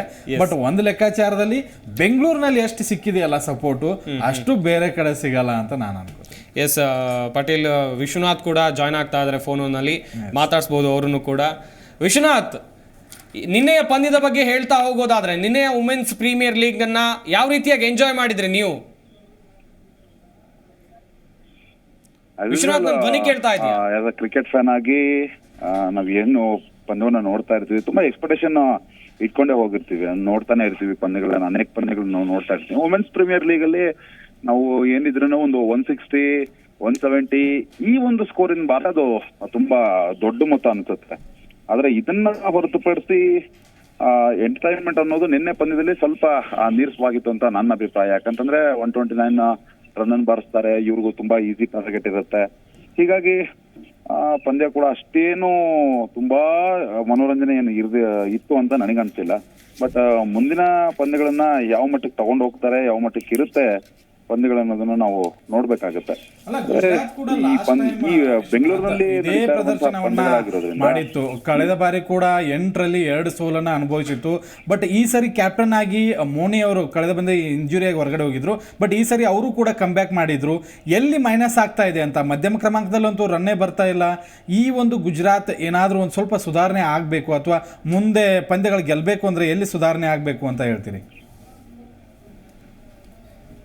ಪಾಟೀಲ್, ಈ ಮಿಡ್ಲ್ ಆರ್ಡರ್ ನೋಡಿ, ಯಾವತ್ತೂ ಕೂಡ ಆರಂಭ ಚೆನ್ನಾಗಿತ್ತು ಅಂದ್ರೆ ಅಂತ್ಯನೂ ಕೂಡ ಚೆನ್ನಾಗಿರುತ್ತೆ. ನಾವು ಮೊದಲಿಂದ ನಾವು ಹೇಳ್ಕೊಂಡು ಬರ್ತಾನೆ ಇರ್ತೀವಿ. ಆದ್ರೆ ಇಲ್ಲಿ ಗುಜರಾತ್ ಅಲ್ಲಿ ಆಗ್ತಿರೋಂತ ಸಮಸ್ಯೆ ಏನು ಅಂತಂದ್ರೆ, ಪ್ಲೇಯರ್ಗಳಿದ್ದಾರೆ ಆದ್ರೆ ಯಾರು ಫಾರ್ಮ್ ಅಲ್ಲಿ ಇದ್ದಂತೆ ತೋರಿಸ್ತಾ ಇಲ್ಲ. ಯಾಕಂತಂದ್ರೆ ಮಿಡ್ಲ್ ಆರ್ಡರ್ ಅಲ್ಲಿ ಸರಿಯಾಗಿ ಬ್ಯಾಟರ್ನ ಮಾಡ್ಬೇಕಾದಂತಾರೆ ಜವಾಬ್ದಾರಿ ಮಾಡ್ತಾ ಆಡಿದಾಗ ಖಂಡಿತವಾಗ್ಲೂ ರನ್ಸ್ ಗಳು ಕೂಡ ತುಂಬಾ ಕಡಿಮೆ ಆಗ್ತಾನೆ ಇರುತ್ತೆ. ಹೀಗಾಗಿ ಈ ಮಿಡ್ಲ್ ಆರ್ಡರ್ ಅಲ್ಲಿ ತುಂಬಾ ಸುಧಾರಣೆ ಆಗ್ಬೇಕಾಗತ್ತೆ. ಅದೇ ರೀತಿ ಬೌಲಿಂಗ್ ಅಷ್ಟು ಮೊನ್ಸಾಗಿ ಬೀಳ್ತಾ ಇದೆ ಅಂತ ನನಗೂ ಕೂಡ ಅನ್ನಿಸ್ತಾ ಇಲ್ಲ. ಯಾಕಂತಂದ್ರೆ ಬೆಂಗಳೂರು ಪಿಚ್ ಬಂದು ಬ್ಯಾಟಿಂಗ್ ಪಿಚ್ ಅದು. ಆದ್ರೆ ಸದ್ಯಕ್ಕೆ ಇವ್ರು ನೀಡ್ತಾ ಇರುವಂತಹ ಪರ್ಫಾರ್ಮೆನ್ಸ್ ಅನ್ನ ನೋಡಿದ್ರೆ ಮಿಡ್ಲ್ ಆರ್ಡರ್ ಅಂತೂ ತುಂಬಾ ಲೋ ಕ್ವಾಲಿಟಿ ಪರ್ಫಾರ್ಮೆನ್ಸ್ ಅಂತ ಹೇಳ್ಬೋದು. ಹೀಗಾಗಿ ಸಮಸ್ಯೆ ಏನು ಅಂತಂದ್ರೆ ಮಿಡ್ಲ್ ಆರ್ಡರ್ ಅಲ್ಲಿ ಬ್ಯಾಟಿಂಗ್ ಅನ್ನ ತುಂಬಾ ಅದ್ಭುತವಾಗಿ ಆಡ್ಬೇಕಾಗತ್ತೆ. ಯಾಕಂತಂದ್ರೆ ಆರಂಭಿಕ ಆಟಗಾರ ಕೈ ಕೊಟ್ಟಾಗ ಇಡೀ ಟೀಮು ಮಿಡ್ಲ್ ಆರ್ಡರ್ ಮೇಲೆ ಕನ್ಸಿಡರ್ ಆಗುತ್ತೆ. ಆದ್ರೆ ಇಲ್ಲಿ ನಡೀತಾ ಇರುವಂತ ಈ ಟೋಟಲ್ ಆಗಿ ಈ ಪಂದ್ಯವನ್ನು ನೋಡ್ತಾ ಇದ್ರೆ ನಿಜವಾಗ್ಲೂ ಕೂಡ ಅದು ಯಾಕೆ ಈ ರೀತಿ ಆಡ್ತಾ ಇದಾರೆ ಅನ್ನೋ ಒಂದು ಸಮಸ್ಯೆಗಳು ಕೂಡ ಕಾಣಿಸ್ತಾ ಹೋಗುತ್ತೆ ನಿಜವಾಗ್ಲೂ. ಅಲ್ಲ, ಈಗ ಹರ್ಮನ್ಪ್ರೀತ್ ಕೌರ್ ಬಗ್ಗೆ ಏನ್ ಹೇಳ್ತೀರಿ? ಯಾಕಂದ್ರೆ ಮೊದಲ ಪಂದ್ಯದಲ್ಲೂ ಕೂಡ ತುಂಬಾ ಅದ್ಭುತವಾಗಿ ಇನ್ನಿಂಗ್ಸ್ ನ ಕಟ್ಟಿ ಗೆಲುವಿಗೆ ಕಾರಣ ಆದ್ರು. ಮತ್ತೆ ನಿನ್ನೆ ಪಂದ್ಯದಲ್ಲೂ ಕೂಡ 46 ರನ್ಗಳನ್ನ ಗಳಿಸಿದ್ರು. ನೀವು ಮುಂಬೈ ತಂಡ ಕಳೆದ ಬಾರಿ ಏನು ಎಲ್ಲಿ ಸೀಸನ್ ಬಿಟ್ಟಿತ್ತು ಕಪ್ ಗೆದ್ದು ಅದನ್ನೇ ಆರಂಭ ಮಾಡಿತ್ತು. ಈಗ ಕಂಟಿನ್ಯೂ 2 ಮ್ಯಾಚ್ಗಳನ್ನ ಗೆದ್ದಿದೆ.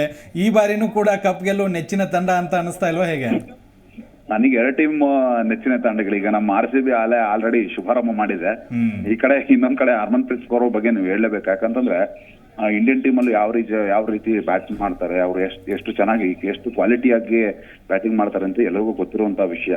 ಹೀಗಾಗಿ ಕ್ವಾಲಿಟಿ ಪ್ಲೇಯರ್ಗಳು ಯಾವತ್ತೂ ಕ್ವಾಲಿಟಿಯಾಗಿ ಆಡ್ತಾ ಇರ್ತಾರೆ. ಅವ್ರನ್ನ ಮಹಿಳಾ ಕ್ರಿಕೆಟ್ ಅಲ್ಲಿ ಎಷ್ಟರ ಮಟ್ಟಿಗೆ ಅಂತಂದ್ರೆ ತಂಡ ಡಿಪೆಂಡ್ ಆಗಿದೆ ಅಂತ ಸ್ಮೃತಿ ಮಂದನ ಆಗಿರ್ಬೋದು, ಹರ್ಮನ್ಪ್ರೀತ್ ಕೌರ್ ಆಗಿರ್ಬೋದು, ಇವರೆಲ್ಲರೂ ಕೂಡ ಕ್ವಾಲಿಟಿ ಬ್ಯಾಟ್ಸ್ಮನ್ಗಳು. ಹೀಗಾಗಿ ನನಗೆ ಈ ಎರಡು ತಂಡಗಳ ಫೇವರೇಟ್ ಆಗಿ ಕಾಣಿಸ್ತಾ ಇದೆ. ನೋಡೋಣ, ಈಗ ಒಂದ್ ಮ್ಯಾಚ್ ಅಂತೂ ಗೆದ್ದಿದ್ದಾರೆ RCB ಅವರು. ನೆಕ್ಸ್ಟ್ ಯಾವ ರೀತಿ ಆಗುತ್ತೆ ಅಂತ. ಬಟ್ ನಿನ್ನೆ ಬ್ಯಾಟಿಂಗ್ ಅಲ್ಲೂ ಕೂಡ ಹರ್ಮನ್ಪ್ರೀತ್ ಕೌರ್ ತುಂಬಾ ಚೆನ್ನಾಗಿ ಆಡಿದ್ರು. ನೆಕ್ಸ್ಟ್ ಮುಂದಿನ ಪಂದ್ಯಗಳಲ್ಲೂ ಕೂಡ ಇಡೀ ತಂಡ ಏನಂತಂದ್ರೆ ಒಬ್ರು ಯಾರು ತುಂಬಾ ಸ್ಟ್ರಾಂಗ್ ಆಗಿ ಬ್ಯಾಟ್ ಮಾಡುವಂತ ಸಂದರ್ಭದಲ್ಲಿ ಇಡೀ ತಂಡದ ಇತರೆ ಸದಸ್ಯರಿಗೂ ಕೂಡ ಅದು ಒಂಥರ ಬೂಸ್ಟ್ ಅಪ್ ಆಗುತ್ತೆ. ಯಾರಾದ್ರೂ ಸ್ಟಾರ್ ಬ್ಯಾಟ್ ಅದೇ ಕೂಡ ಸರಿಯಾಗಿ ಆಡದೆ ಹೋದ್ರೆ ನಿಜವಾಗ್ಲೂ ಕೂಡ ಅದು ತಂಡದ ಮೇಲೂ ಕೂಡ ದುಷ್ಪರಿಣಾಮ ಬೀರುತ್ತೆ. ಹೀಗಾಗಿ ಮುಂದಿನ ಪಂದ್ಯಗಳಲ್ಲಿ ನೋಡೋಣ ಯಾವ ಕ್ವಾಲಿಟಿ ತರ ಬ್ಯಾಟ್ ಬರುತ್ತೆ ಅಂತ ಅವ್ರಿಗೆ. ಎಸ್, ಥ್ಯಾಂಕ್ ಯು ವಿಶ್ವ ತಮ್ಮೆಲ್ಲ ಡೀಟೇಲ್ಸ್ಗಾಗಿ. ಎಸ್, ಗಮನಿಸ್ತಾ ಇದ್ವಿ ನಿನ್ನೆಯ ಪಂದ್ಯ ಹೇಗಿತ್ತು ಅಂತೇಳಿ. ಬೆಂಗಳೂರಿನ ಚಿನ್ನಸ್ವಾಮಿ ಸ್ಟೇಡಿಯಂನಲ್ಲಿ ನಡೆದಂಥ ಪಂದ್ಯ. ಹಾಗೇನೆ ಇವತ್ತು ಯಾರು ಮುಖಾಮುಖಿ ಆಗ್ತಾ ಇದ್ದಾರೆ, UP ಹಾಗೇನೆ ಡೆಲ್ಲಿ. ಈ ತಂಡಗಳ ಬಲ ಡೆಲ್ಲಿ ಸ್ಟ್ರಾಂಗ್ ಆಗಿದೆಯಾ, UP ಸ್ಟ್ರಾಂಗ್ ಆಗಿದೆಯಾ? ಯಾಕಂತ ಹೇಳಿದ್ರೆ ಎರಡೂ ತಂಡಗಳು ಕೂಡ ಸೋತಿದ್ದಾರೆ ಆರಂಭಿಕ ಪಂದ್ಯದಲ್ಲಿ, ಗೆಲುವಿನ ಹುಡುಕಾಟದಲ್ಲಿದ್ದಾರೆ. ಡೆಲ್ಲಿ ತಂಡದ ಪ್ಲೇಯಿಂಗ್ 11 ಆಡುವ 11ರ ಬಳಗವನ್ನ ನೋಡ್ತಾ ಹೋಗೋದಾದ್ರೆ ಎಷ್ಟು ಸ್ಟ್ರಾಂಗ್ ಆಗಿದೆ, UPಯನ್ನ ಮಣಿಸ್ತಾರಾ? ಇದರಲ್ಲಿ 11ರ ಬಳಗವನ್ನು ನಾವು ನೋಡ್ಕೊಂಡ್ಬಿಡೋಣ. ಯಾಕಂದ್ರೆ ಕಳೆದ ಪಂದ್ಯದಲ್ಲಿ ಗೆಲ್ಲುವಂಥ ಮ್ಯಾಚನ್ನು ಕೈ ಬಿಟ್ಟಿದ್ರು. ಶಫಾಲಿ ವರ್ಮಾ ಖಂಡಿತವಾಗ್ಲೂ ಇರ್ತಾರೆ, ಲ್ಯಾನಿಂಗ್ ಅವರು, ಅಲೈಸಾ ಕ್ಯಾಪ್ಸೆ, ಜೆಸಿಕಾ ರಾಡ್ರಿಗಸ್, ಆಮೇಲೆ ಮಾರಿಗನ್ನೆ ಕಫ್, ಅಲ್ಲಾಬೆಲ್ ಸದರ್ಲ್ಯಾಂಡ್, ಅರುಂಧತಿ ರೆಡ್ಡಿ, ಮೀನು ಮರ್ರೆ, ತಾನಿಯಾ ಭಾಟಿಯಾ, ರಾಧಾ ಯಾದವ್, ಶಿಖಾ ಪಾಂಡೆ. ಈ 11ರ ಬಳಗ ತುಂಬ ಸ್ಟ್ರಾಂಗ್ ಆಗಿ ಕಾಣಿಸ್ತಾ ಇದೆ. ಕಳೆದ ಪಂದ್ಯದಲ್ಲಿ ಗೆಲ್ಲೇಬೇಕಾಗಿತ್ತು ಇವರು. ಮುಂಬೈ ವಿರುದ್ಧ ಕೊನೆಯ ಪಂದ್ಯದಲ್ಲಿ ಏನೋ ಆ ಬಾಲ್ನಲ್ಲಿ ಸಿಕ್ಸರನ್ನು ಕೊಟ್ಬಿಟ್ರು. ಆ ಒಂದು ಪಂದ್ಯವನ್ನು ಸೋಲ್ಬೇಕಾಗಿತ್ತು. ಆರಂಭದ ಆಘಾತ ಒಂದು ನಾನು ಖಂಡಿತವಾಗ್ಲೂ ಇಲ್ಲಿ ಹೇಳಬೇಕು ಅಂತಂದರೆ ಲ್ಯಾನಿಂಗ್ ನೋಡಿ ತುಂಬ ಚೆನ್ನಾಗಿ ಆಡಿದರು. ಆರಂಭದಲ್ಲಿ ಒಂದು ಒಳ್ಳೆ ಉತ್ತಮವಾದಂಥ ಆರಂಭವನ್ನು ಕೊಟ್ಟಿದ್ರು, 31 ರನ್ನು. ಬಟ್ ಇವ್ರಿಗೆ ಒಂದು ಒಳ್ಳೆ ಸಾಥ್ನ ಸಿಗಲಿಲ್ಲ. ಶಫಾಲಿ ಅವರು ಬೇಗ ವಿಕೆಟ್ನ ಒಪ್ಪಿಸ್ತಾರೆ. ಬಟ್ ಇಲ್ಲಿ ಆಲಿಸ್ ಕ್ಯಾಪ್ಸಿ ಅವರು ಖಂಡಿತವಾಗ್ಲೂ ಒಂದು ಒಳ್ಳೆ ಆಟವನ್ನು ಆಡಿದರು. 75 ರನ್ಗಳು, ಅದು ಕೂಡ 53 ಬಾಲ್ಗಳಲ್ಲಿ 73, 3 ಭರ್ಜರಿ ಸಿಕ್ಸರು, 9 ಬೌಂಡ್ರಿಗಳನ್ನು ಹೊಡೆದಿದ್ರು. ಆಮೇಲೆ ರಾಡ್ರಿಗಸ್ ಖಂಡಿತವಾಗ್ಲೂ ಅವ್ರಿಗೊಂದು ಒಳ್ಳೆ ಸಾಥ್ನ ಕೊಟ್ಟಿದ್ರು. ಅವರು ಕೂಡ 42 ರನ್ನು 24 ಬಾಲ್ಗಳಲ್ಲಿ ಅದನ್ನು ಗಳಿಸಿದ್ರು. ಖಂಡಿತವಾಗ್ಲೂ ಇಲ್ಲಿ ಏನು ನಮಗೆ DC ತುಂಬ ಸ್ಟ್ರಾಂಗ್ ಆಗಿ ಕಾಣಿಸ್ಕೊಳ್ತಾ ಇದೆ. ಬಟ್ ಒಂದು ಲೆಕ್ಕಾಚಾರದಲ್ಲಿ ಕೊನೆಯ ಹಂತದಲ್ಲಿ ಬಾಲಿಂಗ್ನಲ್ಲಿ ಮಿಸ್ ಮಾಡಿಕೊಂಡ್ರು. ಒಂದು ಬಾಲಿಗೆ 5 ರನ್ ಬೇಕಾಗಿತ್ತು. ಅಲ್ಲಿ ಸಜ್ಜನಾ, ಮುಂಬೈ ಇಂಡಿಯನ್ಸ್ ತಂಡದ ಸಜ್ಜನಾ ಆ ಒಂದು ಬಾಲ್ನ ಸಿಕ್ಸರ್ಗೆ ಅಟ್ಟಿದ್ರು. ಖಂಡಿತವಾಗ್ಲೂ ಏನು ಎರಡು ತಂಡಗಳಿಗೆ ಕಂಪೇರ್ ಮಾಡಿದರೆ DC ತುಂಬ ಸ್ಟ್ರಾಂಗ್ ಆಗಿ ಕಾಣಿಸುತ್ತೆ. ಕಳೆದ ಬಾರಿಯ ರನ್ನರ್ ಅಪ್ ಕೂಡ ನನಗನ್ಸಿದ ಮಟ್ಟಿಗೆ ಇವತ್ತು DC ಸ್ಟ್ರಾಂಗ್ ಆಗಿ ಕಾಣಿಸುತ್ತೆ. ಎಸ್, UP ಬಗ್ಗೆಯೂ ಕೂಡ ನೆಗ್ಲೆಕ್ಟ್ ಮಾಡುವಂಗಿಲ್ಲ, ಕೂಡ ಸ್ಟ್ರಾಂಗ್ ಆಗಿ ಇದ್ದಾರೆ. ಅವರ ಸಂಭಾವ್ಯ ಪ್ಲೇಯಿಂಗ್ 11 ಅನ್ನ ಗಮನಿಸ್ತಾ ಹೋಗೋದಾದ್ರೆ ಯಾರು ಇವತ್ತು ಮಿಂಚಬಹುದು ಪಾಟೀಲ್ ಈ 11ರ ಬಳಗದಲ್ಲಿ? UPಯಲ್ಲೂ ಹಾಗೆ ಆಗಿತ್ತು. ಅವ್ರಿಗೂ ಕೂಡ ಕೊನೆಯ ಬಾಲಲ್ಲಿ 1 ಬಾಲಲ್ಲಿ 5 ರನ್ ಬೇಕಾಗಿತ್ತು. ಅವು ಎರಡೂ ಪಂದ್ಯಗಳು ತುಂಬಾ ರೋಚಕ ನನಗನ್ಸಿದ ಮಟ್ಟಿಗೆ. ಬಟ್ ಅಲ್ಲಿ RCB ಪರ ಒಂದು ಲಕ್ ಇತ್ತು, ಅವರು 5 ರನ್ ಕೊಡಲಿಲ್ಲ. ಅಲಿಸಾ ಹೀಲಿ ಅವರು ಇರ್ತಾರೆ ಆಸ್ ಅ ಕ್ಯಾಪ್ಟನ್ ಆಗಿ, ಆಸ್ ಅ ವಿಕೆಟ್ ಕೀಪರ್ ಆಗಿ ಅವರು ಅದನ್ನು ಮುನ್ನಡೆಸ್ತಾರೆ. ಮತ್ತು ಕಳೆದ ಒಂದು ಸೀಸನಲ್ಲಿ ತುಂಬ ಚೆನ್ನಾಗಿ ಆಡಿದರು. ರೊಂದಾ ಅವರು ಕಳೆದ ಒಂದು ಪಂದ್ಯದಲ್ಲಿ ತುಂಬ ಸ್ಲೋ ಸ್ಟಾರ್ಟ್ ಮಾಡಿದರು, T20 ಥರ ಆಡಲಿಲ್ಲ. ತಹಲಿಯಾ ಮೆಗ್ರಾತ್ ತುಂಬ ಚೆನ್ನಾಗಿ ಬ್ಯಾಟಿಂಗ್ನ ಆಡ್ತಾರೆ. ಇನ್ನು ಹ್ಯಾರಿಸ್ ಈ ತಂಡದ ಪ್ರಮುಖ ಬ್ಯಾಟಿಂಗ್ ಅಸ್ತ್ರ. ಖಂಡಿತವಾಗ್ಲೂ ಇವರು ಮಿಂಚಲೇಬೇಕು ಏನಾದರೂ ಗೆಲ್ಲಬೇಕು ಅಂದರೆ. ನಮಗೆ ಒಂದು ಸ್ವಲ್ಪ ಹೊಡಿಬಿಡಿ ದೇಶೀಯ ಆಟಗಾರರು, ಬಟ್ ಇವ್ರನ್ನ 2ನೇ ಸ್ಥಾನದಲ್ಲಿ ಆಡಿಸೋದು ಉತ್ತಮ ಅಂತ ನಾನು ಅಂದ್ಕೊಳ್ತೀನಿ. ಕಳೆದ ಬಾರಿ ಕೂಡ ಅವ್ರನ್ನ ಮೇಲೆ ಕೆಳಗೆ ಆಡಿಸಿ ತುಂಬ ಕನ್ಫ್ಯೂಸ್ ಮಾಡ್ಕೊಂಡಿದ್ರು. ಬಟ್ ಕಳೆದ ಪಂದ್ಯದಲ್ಲಿ ಒಂದು ಸ್ವಲ್ಪ ಮೈನಸ್ ಆಯಿತು. ದೀಪ್ತಿ ಶರ್ಮಾ ಕೂಡ ಇರ್ತಾರೆ ಇವತ್ತಿನ ಪಂದ್ಯದಲ್ಲಿ. ಕಳೆದ ಪಂದ್ಯದಲ್ಲಿ ಸೋಫಿ ಕೂಡ ತುಂಬ ಚೆನ್ನಾಗಿ ಒಂದು ಆಟವನ್ನು ಆಡಿದರು. ಅದರ ಜೊತೆಗೆ ಶ್ವೇತಾ ಸೆಹರಾವತ್, ರಾಜೇಶ್ವರಿ ಗಾಯಕ್ವಾಡ್, ಪೂನಮ್ ಕೆಎಂನವ್ರು, ಆಮೇಲೆ ಸೈಮಾ ಠಾಕೂರ್ ಬೌಲಿಂಗ್ ಜವಾಬ್ದಾರಿಯನ್ನು ವಹಿಸ್ಕೊಳ್ತಾರೆ. ಒಂದು ಲೆಕ್ಕಾಚಾರದಲ್ಲಿ UP ಕೂಡ ತುಂಬ ಸ್ಟ್ರಾಂಗ್ ಆಗಿದೆ. ಬಟ್ ಇದರಲ್ಲಿ ನಾನು ತುಂಬ ಇಂಪಾರ್ಟೆಂಟ್ ಆಗಿ ಹೇಳಬೇಕು ಅಂದರೆ ಮೆಗ್ರಾತ್ ನೋಡಿ, ಒಬ್ಬ ಆಲ್ರೌಂಡರ್ ಆಟಗಾರ್ತಿ. ಕಳೆದ ಬಾರಿ ಸೀಸನ್ನಲ್ಲಿ 302 ರನ್ಗಳನ್ನು ಗಳಿಸೋದ್ರ ಜೊತೆಗೆ 2 ವಿಕೆಟ್ ಕೂಡ ಗಳಿಸಿದ್ರು. ದೀಪ್ತಿ ಶರ್ಮಾ 9 ವಿಕೆಟ್ 90 ರನ್ ಕೂಡ ತಗೊಂಡಿದ್ರು. ನನಗನ್ಸಿದ ಮಟ್ಟಿಗೆ ಎರಡೂ ತಂಡಗಳು ಕೂಡ ಸಮಬಲ ಇದೆ. ಒಂದು UP ಕಡೆಗೆ ಆಲ್ರೌಂಡರ್ ಬಲ ಜಾಸ್ತಿ ಇದ್ರೆ DC ಕಡೆಗೆ ಒಂದು ಸ್ವಲ್ಪ ಬ್ಯಾಟಿಂಗ್ ತುಂಬಾ ಸ್ಟ್ರಾಂಗ್ ಇದೆ, ಒಂದು ಸ್ವಲ್ಪ ಬಾಲಿಂಗ್ ವೀಕ್ ಇದೆ ಅವ್ರದ್ದು. ಒಂದು ಸ್ವಲ್ಪ ಅದನ್ನ ನೋಡ್ಕೋಬೇಕು. ಮತ್ತೆ ಅನಗತ್ಯ ಕ್ಯಾಚ್ಗಳನ್ನು ಮಿಸ್ ಮಾಡಿದ್ದು RCB ವಿರುದ್ಧ, ಅದು ಕೂಡ ಅವ್ರಿಗೆ ದೊಡ್ಡ ಮೈನಸ್ ಆಯಿತು. ಎರಡೂ ತಂಡ ಬಲ ಯಾವ್ದಪ್ಪ 50-50 ಅಂತ ನಾನೇ ಹೋಗ್ತೀನಿ. ಏನು ದೊಡ್ಡ DC ಕಳೆದ ಬಾರಿ ರನ್ನರ್ ಅಪ್ ಆಗಿರ್ಬೋದು. ಬಟ್ ಈ ಸರಿ ಯಾಕೋ ಯು ಪಿ ನನಗೆ ಮೊನ್ನೆ ಒಂದು ಸ್ವಲ್ಪ ಕ್ರೀಸ್ನಲ್ಲಿ ನೋಡಿದಾಗ ಕ್ಯಾಚ್ಗಳನ್ನು ಮಿಸ್ ಮಾಡಿದ್ದನ್ನು ಬಿಟ್ಟರೆ ಬೇರೆ ಎಲ್ಲವೂ ಕೂಡ ಸ್ಟ್ರಾಂಗ್ ಅಂತ ಅನಿಸುತ್ತೆ ಯು ಪಿ. ಎಸ್ ಪಾಟೀಲ್, ಎರಡೂ ತಂಡಗಳ ಕಂಪ್ಯಾರಿಸನ್ ಅನ್ನ ನೋಡ್ತಾ ಇದ್ವಿ, ಎರಡೂ ತಂಡಗಳ ಪ್ಲೇಯಿಂಗ್ 11 ಕೂಡ ಕ್ಲಿಯರ್ ಆಗಿ ನೋಡ್ತಾ ಇದ್ವಿ. ಇವತ್ತು ಯಾರು ಸ್ಟಾರ್ ಪ್ಲೇಯರ್ ಆಗಬಹುದು ನಿಮ್ಮ ಲೆಕ್ಕಾಚಾರದಲ್ಲಿ? ಖಂಡಿತ ನನಗೆ ಯು ಪಿ ತಂಡದಲ್ಲಿ ಹ್ಯಾರಿಸ್, ಯಾಕಂದ್ರೆ ಕಳೆದ ಪಂದ್ಯದಲ್ಲಿ RCBಗೆ ಏನು ಕಬ್ಬಿಣದ ಕಡಲೆ ಆಗಿಬಿಟ್ಟಿದ್ರು. ಆ ಸಿಕ್ಸರ್ಗಳು, ವೇಗದ ಬೌಲರ್ಗಳಿಂದ ಏನು ಒಂದು ಸ್ಟೆಪ್ ಔಟ್ ಆಗಿ ಈಸಿಯಾಗಿ ಲಾಂಗ್ ಆಫ್ ಅಲ್ಲಿ ಸಿಕ್ಸ್ ಹೊಡಿತಾ ಇದ್ರು. ಮತ್ತೆ ಕ್ಲಿಯರ್ ಕಟ್ ಶಾಟ್ಸ್ ಇರುತ್ತೆ, ಕಟ್ಗಳನ್ನ ತುಂಬಾ ಚೆನ್ನಾಗಿ ಹೊಡಿತಾ ಇದ್ರು, ಸ್ವೀಪ್ ಶಾಟ್ಗಳನ್ನ ತುಂಬಾ ಚೆನ್ನಾಗಿ ಹೊಡಿತಾ ಇದ್ರು. ಅದ್ರ ಜೊತೆ ಮೆಗಗ್ರಾತ್ ಇವರು ಕೂಡ ಒಂದು ಒಳ್ಳೆ ಪ್ಲೇಯರು ನನಗನ್ಸಿದ ಮಟ್ಟಿಗೆ ಯು ಪಿ ಯಲ್ಲಿ. ಇವರ ಜೊತೆಗೆ ನಾವು DC ಹೋದ್ರೆ ಖಂಡಿತವಾಗ್ಲೂ ನಮಗೆ ಕ್ಯಾಪ್ಸೆ ಸಿಗ್ತಾರೆ. ಯಾಕಂದ್ರೆ ಕಳೆದ ಪಂದ್ಯದಲ್ಲಿ ಅವರ ಅಮೋಘವಾದಂಥ ಆಟ ಮರೆಯೋದಕ್ಕಾಗಲ್ಲ, 75 ರನ್ನು. ಅದ್ರ ಜೊತೆಗೆ ರ್ಯಾಡ್ರಿಗಸ್ ಆಗಿರ್ಬೋದು, ಇವ್ರ ಜೊತೆಗೆ ಶಫಾಲಿ ವರ್ಮಾ ಒಂದು ಸ್ವಲ್ಪ ಇವತ್ತು ಫಾರ್ಮ್ಗೆ ಬರಬೇಕು. ಆರಂಭದಲ್ಲಿ ಒಂದು ಸ್ವಲ್ಪ ನೀವು 40-50 ಪಾರ್ಟ್ನರ್ಶಿಪ್ ಮಾಡಿದ್ರೆ ಒಂದು ಒಳ್ಳೆ ಬೂಸ್ಟಪ್. ಅವಾಗಲೇ ವಿಶ್ವನಾಥ್ ಕೂಡ ಹೇಳ್ತಾ ಇದ್ರು, ಆರಂಭ ಚೆನ್ನಾಗಿದ್ರೆ ನಮ್ದು ಅಂತ್ಯನೂ ಕೂಡ ಚೆನ್ನಾಗಿರುತ್ತೆ ಅಂತ ಹೇಳಿ. ಆರಂಭದಲ್ಲಿ ಒಂದು 40 ಅಥವಾ 50 ರನ್ ಬಂದ್ರೆ ಖಂಡಿತವಾಗ್ಲೂ 160, 170, 180 ಕೂಡ ನಾವು ದಾಟಬಹುದು. ಬಟ್ ಇವತ್ತಿನ ಪಂದ್ಯದಲ್ಲಿ ಸ್ಟಾರ್ ಪ್ಲೇಯರ್ಸ್ ಅಂತ ಹೋದ್ರೆ ಖಂಡಿತವಾಗ್ಲೂ ಹ್ಯಾರಿಸ್, ಮೆಗಗ್ರಾತ್, ಕ್ಯಾಪ್ಸೆ ಮತ್ತೆ ರಾಡ್ರಿಗಸ್ ಅಂತ ನಾನು ಅನ್ಕೋತೀನಿ. ಎಸ್ ಪಾಟೀಲ್, ಇನ್ನೊಂದು ಕಡೆಯಲ್ಲಿ ಇವತ್ತು ಟಾಸ್ ಎಷ್ಟು ಇಂಪಾರ್ಟೆಂಟ್ ಆಗುತ್ತೆ, ಹಾಗೇನೆ ವೆದರ್ ಫ್ಯಾಕ್ಟರ್, ಬೆಂಗಳೂರಿನ ವೆದರ್ ಅನ್ಕಂಡೀಷನ್ ಯಾವತ್ತೂ ಕೂಡ ಜಡ್ಜ್ ಮಾಡೋಕ್ಕಾಗಲ್ಲ ಬೆಂಗಳೂರಿನ ವೆದರ್ ಬಗ್ಗೆ. ಬೆಂಗಳೂರು ಅಂದರೆ ನಮ್ಮ ಚಿನ್ನಸ್ವಾಮಿ ಕ್ರೀಡಾಂಗಣದಲ್ಲಿ ಟಾಸ್ ತುಂಬ ಇಂಪಾರ್ಟೆಂಟು. ಸೆಕೆಂಡ್ ಇನ್ನಿಂಗ್ಸ್ ಬಂದರೆ ಗೆಲ್ಲೋದಕ್ಕೆ ಈಸಿ ಅನ್ನೋದು, ಯಾಕೆಂದರೆ ತುಂಬ ಚಿಕ್ಕ ಪಿಚ್ ಇರೋದ್ರಿಂದ ಸಿಕ್ಸರ್ಗಳನ್ನು ಈಸಿಯಾಗಿ ಅಟ್ಬೋದು. ಮತ್ತು ಸೆಕೆಂಡ್ ಇನ್ನಿಂಗ್ಸ್ನಲ್ಲಿ ಒಂದು ಸ್ವಲ್ಪ ಇಬ್ಬನಿ ಬೀಳೋದ್ರಿಂದ ಖಂಡಿತವಾಗ್ಲೂ ಬ್ಯಾಟ್ಸ್ಮನ್ಗಳಿಗೆ ಅದು ಹೆಲ್ಪ್ ಆಗುತ್ತೆ, ಬಾಲ್ ಸ್ವಿಂಗ್ ಆಗಲ್ಲ. ಇವತ್ತು ಕೂಡ ಟಾಸ್ ಇಂಪಾರ್ಟೆಂಟ್ ಆಗುತ್ತೆ. ಟಾಸ್ ಗೆದ್ದಂತಹ ತಂಡ ಖಂಡಿತವಾಗ್ಲೂ ಫೀಲ್ಡಿಂಗನ್ನು ಆಯ್ಕೆ ಮಾಡ್ಕೊಳ್ಳೋದ್ರಲ್ಲಿ ಯಾವುದೇ ಡೌಟ್ ಇಲ್ಲ. ಒಂದು ಸ್ವಲ್ಪ DCಗೆ ಟಾಸ್ ಲಕ್ ಜಾಸ್ತಿನೇ ಇದೆ. ಕಳೆದ ಬಾರಿನೂ ನಾವು ನೋಡಿದ್ವಿ, ಅತಿ ಹೆಚ್ಚು ಟಾಸ್ ಗೆದ್ದವ್ರೆ ಅವರು. ಈ ಬಾರಿ ಕೂಡ ಕಳೆದ ಪಂದ್ಯದಲ್ಲೂ ಕೂಡ ಏನು ಮುಂಬೈ ವಿರುದ್ಧ ಮೊದಲು ಟಾಸ್ ಸೋತಿದ್ದಾರೆ, ಬಟ್ ಇವತ್ತು ಟಾಸ್ ಅವರೇ ಗೆಲ್ಬೋದು ಅನ್ನುವಂಥ ಪ್ರಿಡಿಕ್ಷನ್ ನಂದು. ಬಟ್ ವೆದರ್ ಅಂತೂ ಮಳೆ ಬರುವಂಥ ಯಾವುದೇ ಚಾನ್ಸಸ್ ಇಲ್ಲ. ಸೆಕೆಂಡ್ ಇನ್ನಿಂಗ್ಸಲ್ಲಿ, ಮೊದಲ ಇನ್ನಿಂಗ್ಸಲ್ಲಿ 7-8 ಗಂಟೆಗೆ ಒಂದು ಸ್ವಲ್ಪ ಇಬ್ಬನಿ ಬೀಳೋ ಚಾನ್ಸಸ್ ಇದೆ. ಬಟ್ 9 ಗಂಟೆಯ ನಂತರ ಹೆಚ್ಚಿನ ಒಂದು ಇಬ್ಬನಿ ಬೀಳುವಂಥ ಚಾನ್ಸಸ್ ಇರೋದ್ರಿಂದ ಬ್ಯಾಟ್ಸ್ಮನ್ಗಳಿಗೆ ಲಾಭ ಆಗುತ್ತೆ. ಟಾಸ್ ಗೆದ್ರೆ ಖಂಡಿತವಾಗ್ಲೂ ಫೀಲ್ಡಿಂಗ್. ಓಕೆ, ಇವತ್ತಿನ ನಿಮ್ಮ ಫೇವ್ರೆಟ್ ತಂಡ ಯಾವುದು? ಗೆಲುವಿನ ತಂಡ ನಿಮ್ಮ ಫೇವ್ರೆಟ್ ತಂಡ? ಖಂಡಿತವಾಗ್ಲೂ ಎರಡೂ ತಂಡಗಳು ಫೇವ್ರೇಟ್ ಇದಾವೆ. ಬಟ್ ಯಾರು ಗೆಲ್ಬಹುದು ಅನ್ನುವಂಥದ್ದನ್ನು ಒಂದು ಸ್ವಲ್ಪ ತನಿಖೆ ಮಾಡಿ ನೋಡಿದಾಗ DC ಅಂತ ಅನ್ಸುತ್ತೆ. ಯಾಕಂದ್ರೆ ಒಂದು ಒಳ್ಳೆ ಬ್ಯಾಟಿಂಗ್ ಫಾರ್ಮ್ ನಲ್ಲಿ ಇದ್ದಾರೆ. ಕಳೆದ ಬಾರಿ ಒಂದು ಸ್ವಲ್ಪ ಲಕ್ ಕೈ ಕೊಡ್ತು, ಅದನ್ನ ಬಿಟ್ರೆ ಅವರೇ ಗೆಲ್ಲುವಂತ ಚಾನ್ಸಸ್ ಜಾಸ್ತಿ ಇತ್ತು. ಬ್ಯಾಟಿಂಗ್ ನಲ್ಲಿ ಒಂದು ಸ್ವಲ್ಪ ಫಾರ್ಮ್ ನಲ್ಲಿ ಇರೋದ್ರಿಂದ ಬಾಲಿಂಗ್ ನಲ್ಲಿ ಒಂಚೂರು ಸುಧಾರಿಸಿಕೊಂಡ್ರೆ, ಕಳೆದ ಬಾರಿ 170+ ಇದ್ರು ಕೂಡ ಬಿಟ್ರು, ಈ ಬಾರಿ UP ಜೊತೆಗೆ ಆ ಒಂದು ಮೈನಸ್ ಗಳನ್ನ ಪ್ಲಸ್ ಮಾಡಿಕೊಂಡು ಇವತ್ತು ಗೆಲ್ಬಹುದು ಅಂತ ಅನ್ಕೋತೀನಿ. S Patil, thank you. ಇಷ್ಟೊತ್ತು ನಮ್ಮ ಸ್ಟುಡಿಯೋದಲ್ಲಿ ಜಾಯ್ನ್ ಆಗಿ ಸಾಕಷ್ಟು ಮಾಹಿತಿಯನ್ನ ಕೊಟ್ರಿ. ನೋಡಿದ್ರಲ್ಲ ವೀಕ್ಷಕರೇ, ಇವತ್ತಿನ ಪಂದ್ಯ ಎಷ್ಟು ರೋಚಕವಾಗಿ ಇರುತ್ತೆ. ಯಾಕಂತ ಹೇಳಿದ್ರೆ ಎರಡೂ ತಂಡಗಳು ಕೂಡ ಗೆಲುವಿನ ಹುಡುಕಾಟದಲ್ಲಿವೆ. ನಾವು ಗೆಲ್ಲಬೇಕು ಅಂತೇಳಿ ಒಂದ್ ಕಡೆಯಲ್ಲಿ ಡೆಲ್ಲಿ ಅವರಿದ್ರೆ, UP ಅವರು ಕೂಡ ಅವರನ್ನು ಕೂಡ ನೆಗ್ಲೆಕ್ಟ್ ಮಾಡೋಂಗಿಲ್ಲ. ಇದಾಗಿತ್ತು ಇವತ್ತಿನ ವಿಶೇಷ ಕಾರ್ಯಕ್ರಮ. ನೋಡ್ತಾ ಇರಿ ಜಿ ಕನ್ನಡ ನ್ಯೂಸ್, ಸತ್ಯವೇ ಸುದ್ದಿಯ ಜೀವಾಳ.